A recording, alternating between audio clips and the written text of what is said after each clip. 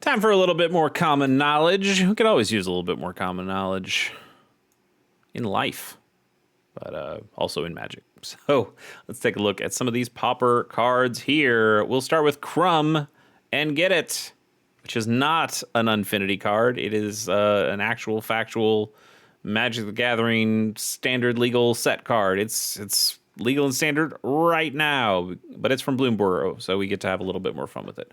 Crumb and Get It's a single white mana for an instant. You can gift a food, which means you may promise an opponent a gift as you cast this spell. And if you do, they create a food token before any of the other effects of the card. And that food token, you know what a food token is, but an artifact, you can tap to, sack it, and gain 3 life. Anyway, why would you gift somebody a food? Well, let's see the rest of the card. So the card says, target creature you control gets +2/+2 until end of turn. That's what this card does at a baseline. You didn't have to gift the food for it. 1 mana for +2/+2 until end of turn. But if the gift was promised, that creature also gains indestructible until end of turn. So you're potentially giving your opponent 3 life, so you can get +2/+2 and indestructible.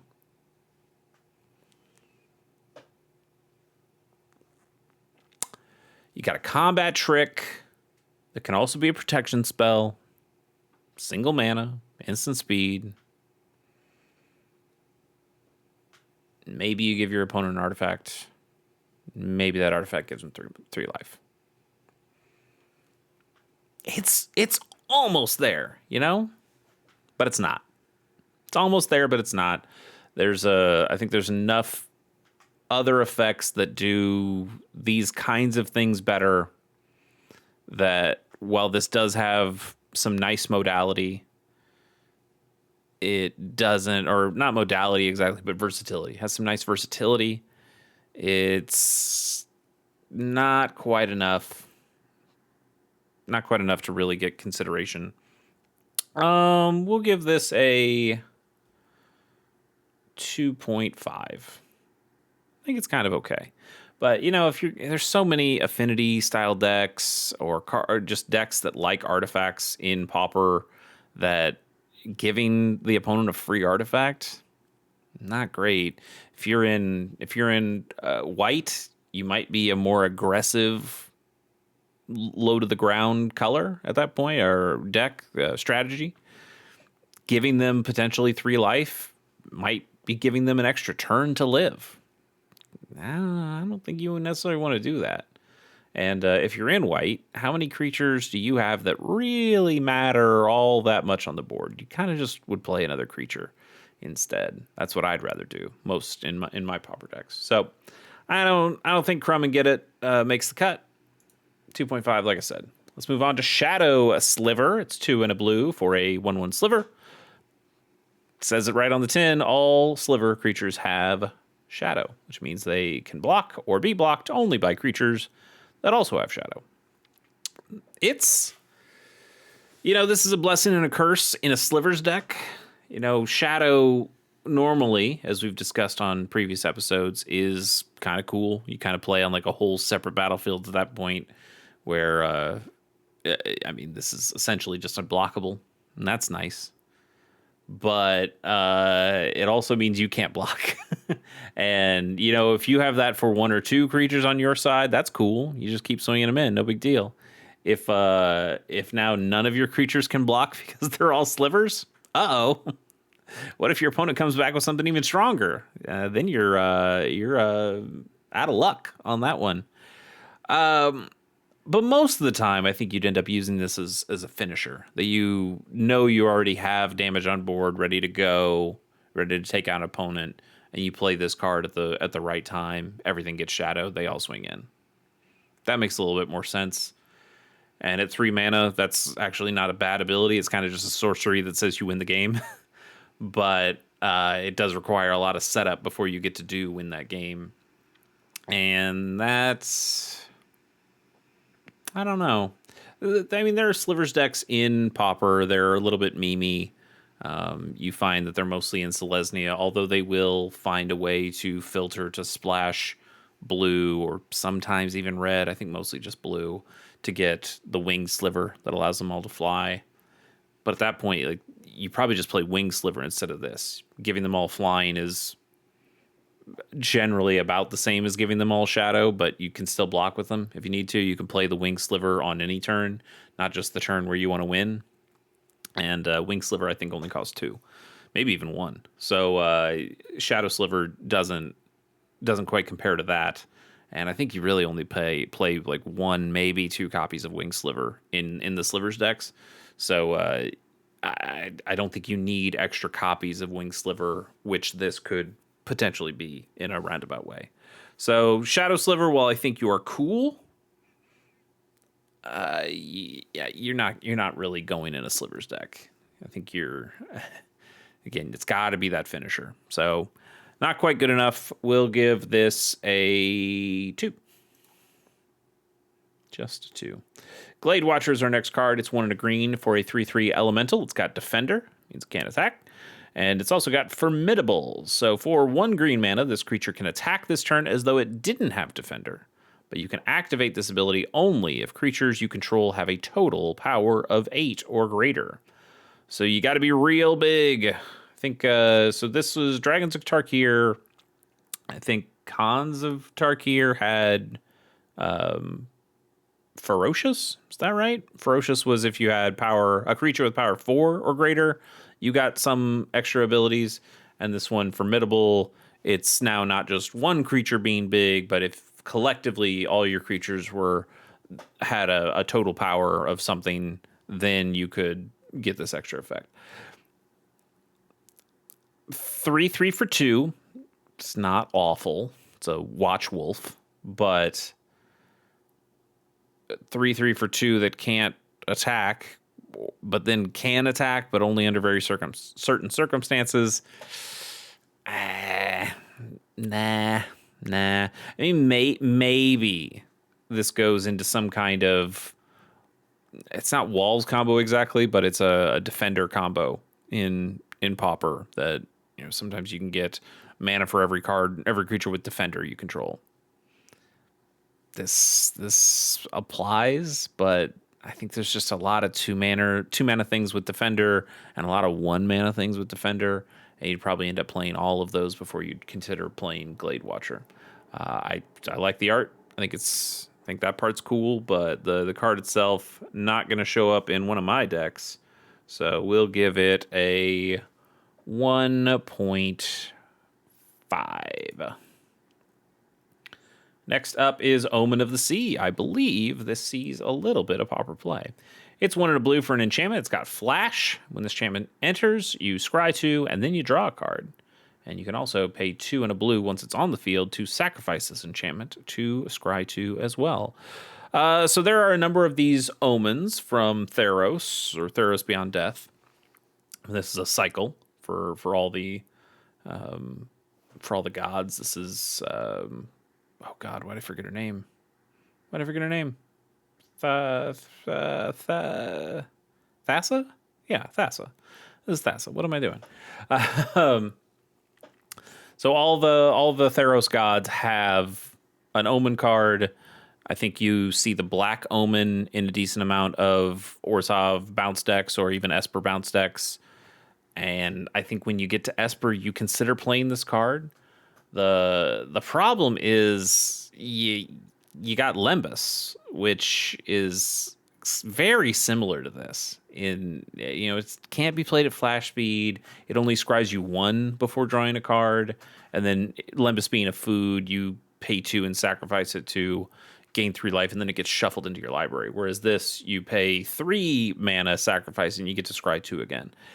It's okay. It's okay. Artifacts are generally a little bit more useful in Pauper right now, just with the available cards and strategies that are there. There's not a ton of Enchantress strategies exactly, but if you're in an Esper bounce deck and you have ways of continuing to bounce this enchantment back to your hand and replaying it and getting good scries and good card draws off it, it's useful. It's useful. And the flash speed isn't bad either. Lembas isn't at flash speed. That's not something to be taken very lightly. Like, what if you can scry to order the cards the way you want them, draw a card from this, then draw a card on your next turn, and you're pretty set. You've got that land that you need plus an extra card. You've got that creature that you need plus an extra card.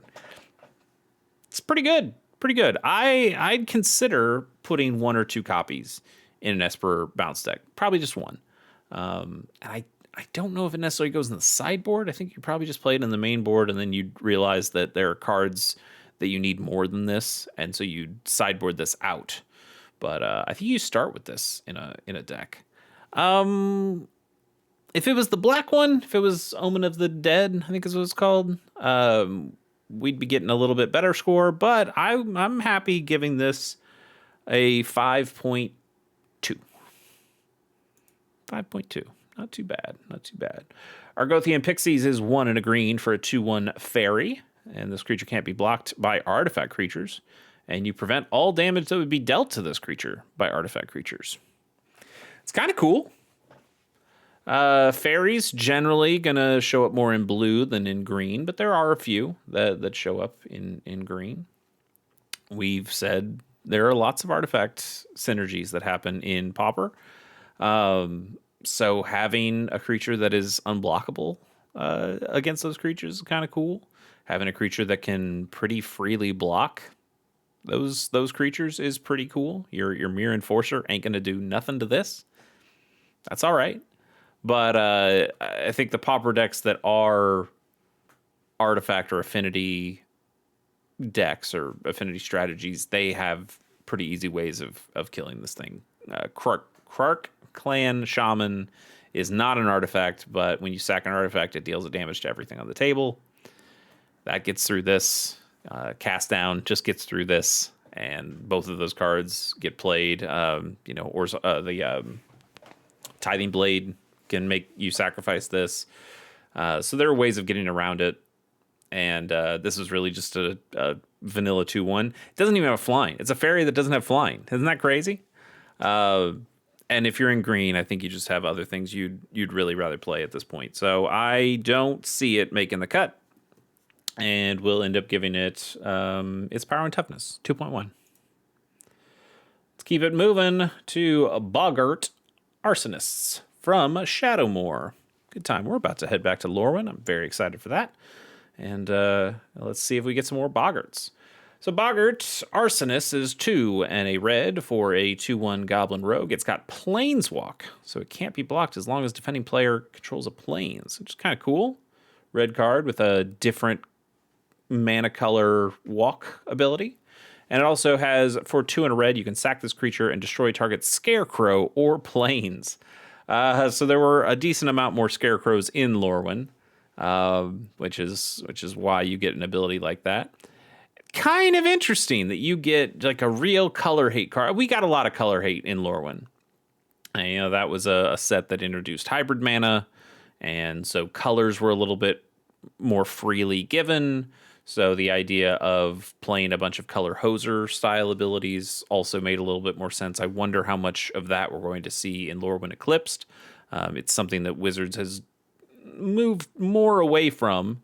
So I might expect fewer cards that are color hosers in this next set. I like that it's, you put this in your sideboard. This was almost never, it would just never be a main board playable Pauper card. But the idea that you might put this in a sideboard and it would be something that can either attack freely against a white deck or be a Stone Rain against a white deck specifically. You just can destroy their planes. Or both. You attack until it becomes less important to do the damage, and then you destroy a land. Or you destroy a land when it's when the opportunity presents itself. It's kind of cool, but it's a little too costly. You're paying 3 for the creature in the first place. You're paying 3 for the ability. This only has 1 toughness. It's probably going to be knocked out by something before it really gets to do its thing. So it's not really that good. I'm going to give this a 2. Just a 2. Doesn't even quite get its power and toughness. Is it better than the fairies? The pixies? I'm I want to say the answer before I look at this next card. No. I think the cost is making me feel good about the two. Let's talk about Giant Scorpion. It's 2 and a black for a 1/3 Scorpion. It's got Death Touch, as many Scorpions do. I feel like we just looked at a Scorpion that was quite similar to this. 1/3 Death Touch is okay. Like this potentially blocks and kills something with the Death Touch and lives, which a lot of your 1/1 Death Touchers don't do. So, but you're paying 3 mana for it. That's the real problem. You paid 3 mana for something that is also mostly just going to trade with something else. And I guess if you get to block with one additional time on this and potentially take out one additional creature of your opponents with this, how much value is that worth to you? If you blocked something that didn't kill it, was it really that good of a creature on your opponent's other side? I don't know. And otherwise it's just vanilla. It's a French vanilla card, and those don't see a ton of play in Pauper. You really just want to have a few more abilities to a card. You have more synergy for the strategy that you're doing, and a 1/3 Death Touch is not much of a strategy. So we'll give this a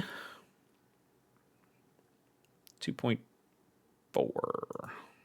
It's probably a little high, but I'll stick with a 2.4. Move on to Revel Ruiner. Got a few more cards. Revel Ruiner is 3 and a black for an Octopus Rogue. It used to be a Cephalid Rogue, but we got rid of all the Cephalids, and now they're just all Octopi. Octopus Rogue, it's a 3/1. It's got Menace, and when this creature enters, it connives. It's not too bad. I think it might have been the last episode, but we looked at Mob Lookout, that when it enters, a target creature can connive, whether it's it or another card. This is in some ways slightly better, because what if you get to have a 4/2 with Menace? Sweet, right? 4/2 with Menace? You might be able to do some real damage with that thing. And you got to draw a discard out of the deal? Pretty cool. Pretty cool. But more often than not, you're going to feel like you're overpaying for this. At four mana, you're playing it late in the game where an opponent probably has ways of dealing with a 4/2. And sometimes this isn't even a 4/2. If you discard a land, which you might want to do because maybe you want to keep the good value of the cards. Yeah, this thing essentially filters a card for you, and that's nothing to sneeze at. But it's yeah, I don't know. I might still be sneezing. I might still be sneezing at this. Let's give it a 2.8 and keep on moving. Got Cat Warriors next. This is not a very good card, but it is a card that I have a lot of affection for. Cat Warriors is 1 green and a green for a 2/2 Cat Warrior. It's got Forest Walk, and that's it. But also, it has this Melissa Benson art, which, oh boy, you look at that and you go, wow, what's that world about? What are these guys? What are these guys up to? Why do they have 2 suns or 2 moons? I don't know. Maybe it's night. I love it. I love the art. I love the art. I love the idea of the card.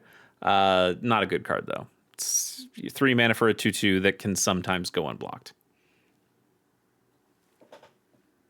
Nah. I gotta give this thing a bad score. I don't want to, but I got to. Look at that. Chronicles 4 and black border. That's fun. I don't want to do it. I don't want to give this a bad score. It's a 1.1. It's 1.1. It hurts me. It hurts me so. It hurts me so. But we'll have to move on to Stolen Vitality. I do not like this art. We went from cool Cat Warriors to scary guy I do not want to see on my screen. Let's read this thing quickly. It's 1 and a red for an instant. Target creature gains +3/+1 until end of turn. If it's your turn, that creature also gains trample until end of turn. Otherwise, it gains first strike until end of turn. This is not bad. It's not bad, but I'm not playing this. I'm not playing this on my life. I don't want to have any copies of this in my deck. I do not want to see this card ever again. No, thank you. I mean, I am not a fan of the art.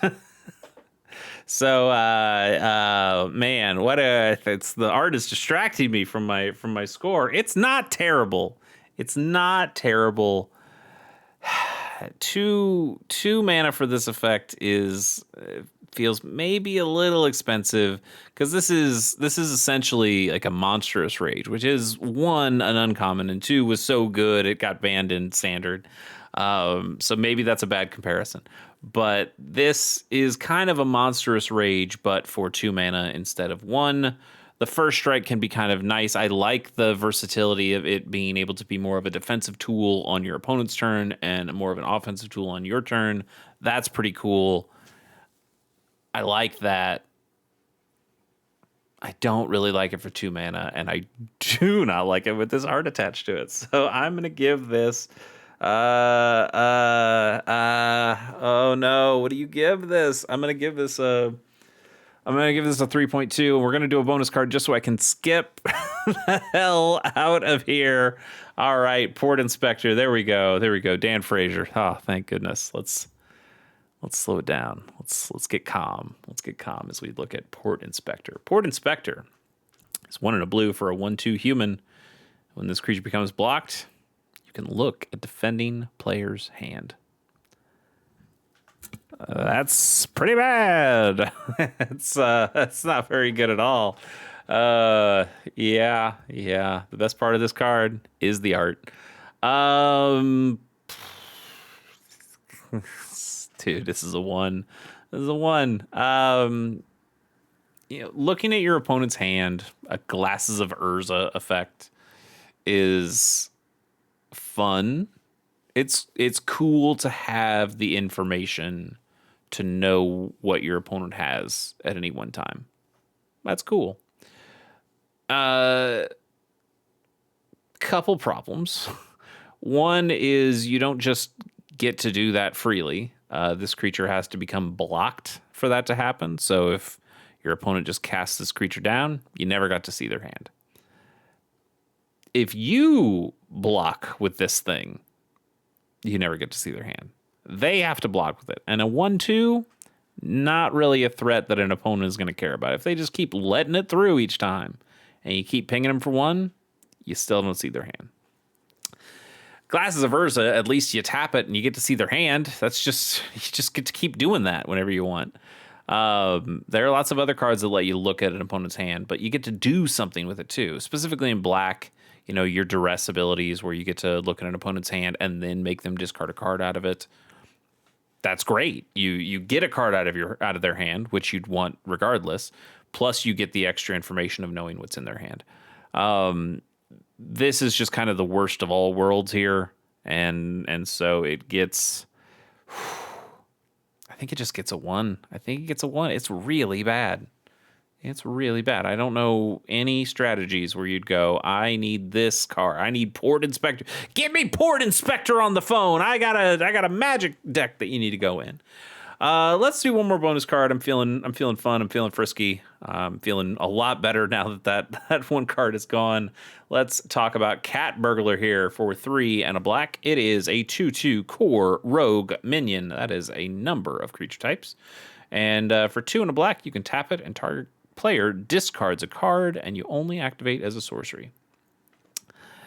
That's not good. This is 7 mana for a 2/2 that you make them discard a card once. Yikes. A Virus Beetle is 1 and a black for a 1/1 that when it enters the battlefield, they discard a card. You pay 2 mana to make them discard a card. You don't even have to tap it. You could just chump block with it if you needed to. You can't even chump block with this thing. You're tapping it to make them discard a card. Now, you do get to do that repeatably. That's cool. Make them discard a card every turn until they're out of cards.